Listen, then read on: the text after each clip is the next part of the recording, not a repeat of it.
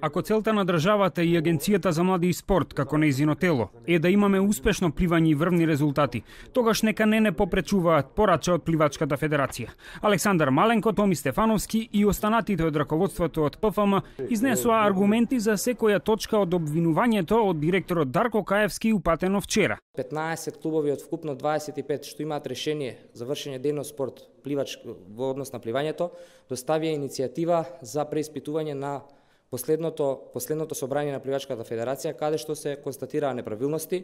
Една од таа неправилност е и непризнавањето на новиот председател, односно нелегитимниот председател во Централниот регистар. Постои 10 годишна блокирана сметка со над 20 милиони денари. Тоа е нешто што дополнително ќе го утврдиме и ќе видиме каде се тие средства.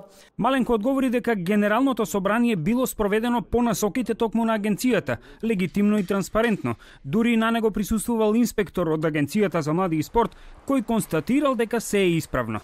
Записник од самото собрание каде што учествува во самото собрание инспектори потврдува за легалност, повторувам, инспектор за спорт при Агенција за млади и спорт, државен службеник, испратен од директорот. По-транспарентно и легитимно собрание немало во последните 20 години. Се осврна и на обвинувањето за блокираната сметка. 4 полни години агенцијата нема префрлено во Пливачка федерација ни еден денар. 4 години.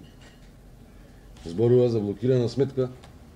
Ние сме све направиле, уште вчера да е одблокирана сметката.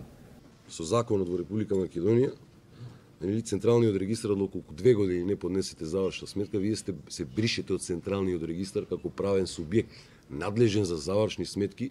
Да појасниме, моја струка не е, меѓутоа е државната институција Управа за јавни приходи. Понатаму, Пливачката федерација ја оспори самата иницијатива за вонредно собрание. Велат се уште немаат примено никаков допис на адреса на федерацијата.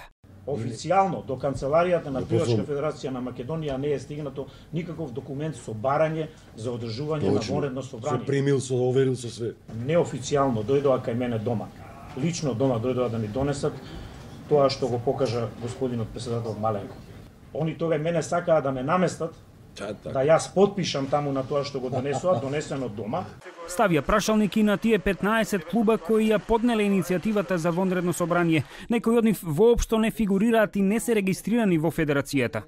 Како Агенцијата за спорт издала решенија за дејност спорт на клубовите, а не се членки на федерацијата. Сега нас не изненадува бројката од 25 клуба, кога званично, официјално, постојат само 18 членки.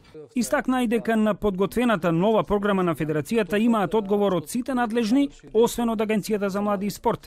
Томи Стефановски нагласи дека целта на оваа федерација се успешни спортисти и врвни резултати. Ако државата е на иста линија, тогаш може да соработуваат. Агенцијата за спорт и млади треба да биде наш партнер. Значи не треба да биде да сме на различни страни доколку зборуваме за спорт. Ако е целта спортски резултат, значи тоа е патот, друг пат нема.